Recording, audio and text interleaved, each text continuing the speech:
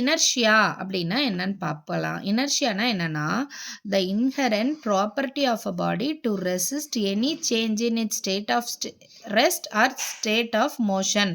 இது பேர் தான் இனர்ஷியா. அப்படின்னா என்னன்னா, ஒரு பாடி அதோட நிலையிலிருந்து தன்னோட நிலையிலிருந்து இன்னொரு நிலைக்கு மாறுறதுக்கு ஒரு ரெசிஸ்டன்ஸ் கொடுக்குது, ஒரு தடை கொடுக்குது. அந்த தடை பேர் தான் என்ன அப்படின்னா இனர்ஷியா அப்படின்னு சொல்றாங்க.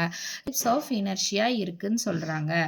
என்னென்ன அப்படின்னா inertia of rest, inertia of motion, அடுத்தது இனர்ஷியா ஆஃப் டைரக்ஷன் அப்படின்னு சொல்லுவாங்க.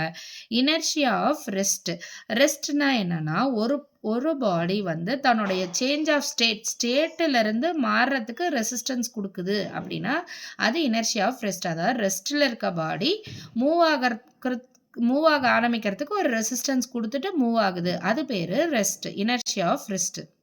இதுக்கு எக்ஸாம்பிள் உங்களுக்கு சொல்லணும் அப்படின்னா, இப்போ பாருங்க, ஒரு ட்ரீ சொல்லியிருப்பாங்க எக்ஸாம்பிள்ஸ் ஆஃப் இனர்ஷியாக்கு. அதாவது ஒரு மரம் அது எப்பவுமே ரெஸ்ட்ல தானே இருக்கும். அந்த மரத்தை நீங்க பிடிச்சி வைக்ரஸா ஆட்டுறீங்க அப்படின்னா அப்போ என்ன ஆகும், அதில் இருக்க லீவ்ஸ் எல்லாம் கீழே விழும். அது எதனால அப்படின்னா இனர்ஷியா ஆஃப் ரெஸ்ட். ஓகேங்களா?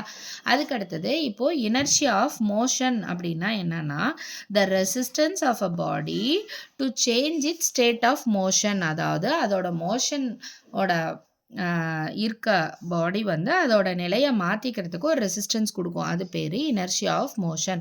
அதுக்கு எக்ஸாம்பிள் என்ன அப்படின்னா, இப்போ ஒரு அத்லட் ஜம்ப் பண்ணணும் அப்படின்னா எடுத்த உடனே நின்றுட்டு இருக்கும்போதே டக்குன்னு ஜம்ப் பண்ண முடியுமா? ஜம்ப் பண்ணால் உங்களால் அவ்வளோ தூரம் ஜம்ப் பண்ண முடியாது. அப்போது நீங்கள் ஜம்பிங்கிறது ஒரு மோஷன். அப்போது நீங்கள் கொஞ்ச நேரம் ஓடி அப்புறம் ஜம்ப் பண்ணிங்கன்னா மோஷன்லேருந்து அடுத்த மோஷனுக்கு போகும்போது உங்களுக்கு ஈஸியாக இருக்கும். அதே ரெஸ்ட்லேருந்து ஜம்ப் பண்ணீங்க மோஷனுக்கு போகிறீங்க அப்படின்னா உங்களால் பண்ண முடியாது.